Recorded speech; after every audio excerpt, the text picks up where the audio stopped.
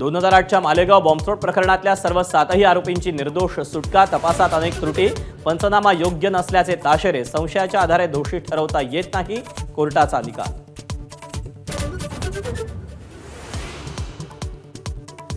दुचाकी साध्वी प्रज्ञा सिंगची होती आणि आरडीएक्स कर्नल प्रसाद पुरोहितांनी पुरवल्याचं सिद्ध होत नसल्याचं कोर्टाचं निरीक्षण, निकालानंतर आरोपींना अश्रू अनावर.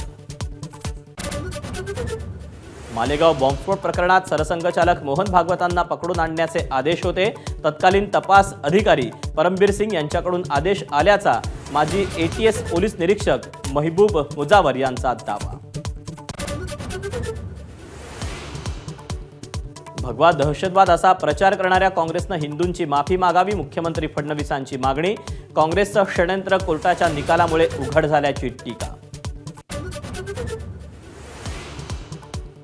विधानसभेत पत्ते खेळणाऱ्या माणिकराव कोकाटेंचं खातं बदलणार असल्याची माहिती. दत्ता भरणेंना कृषी खातं जाण्याची चर्चा, लवकरच निर्णय जाहीर करण्याची शक्यता.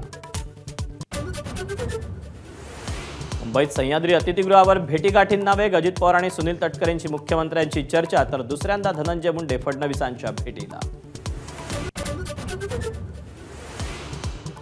राज्यात भेटीगाठी सुरू असताना उपमुख्यमंत्री एकनाथ शिंदेंची दिल्लीवारी. शिवसेनेच्या खासदारांसोबत बैठक घेऊन मार्गदर्शन.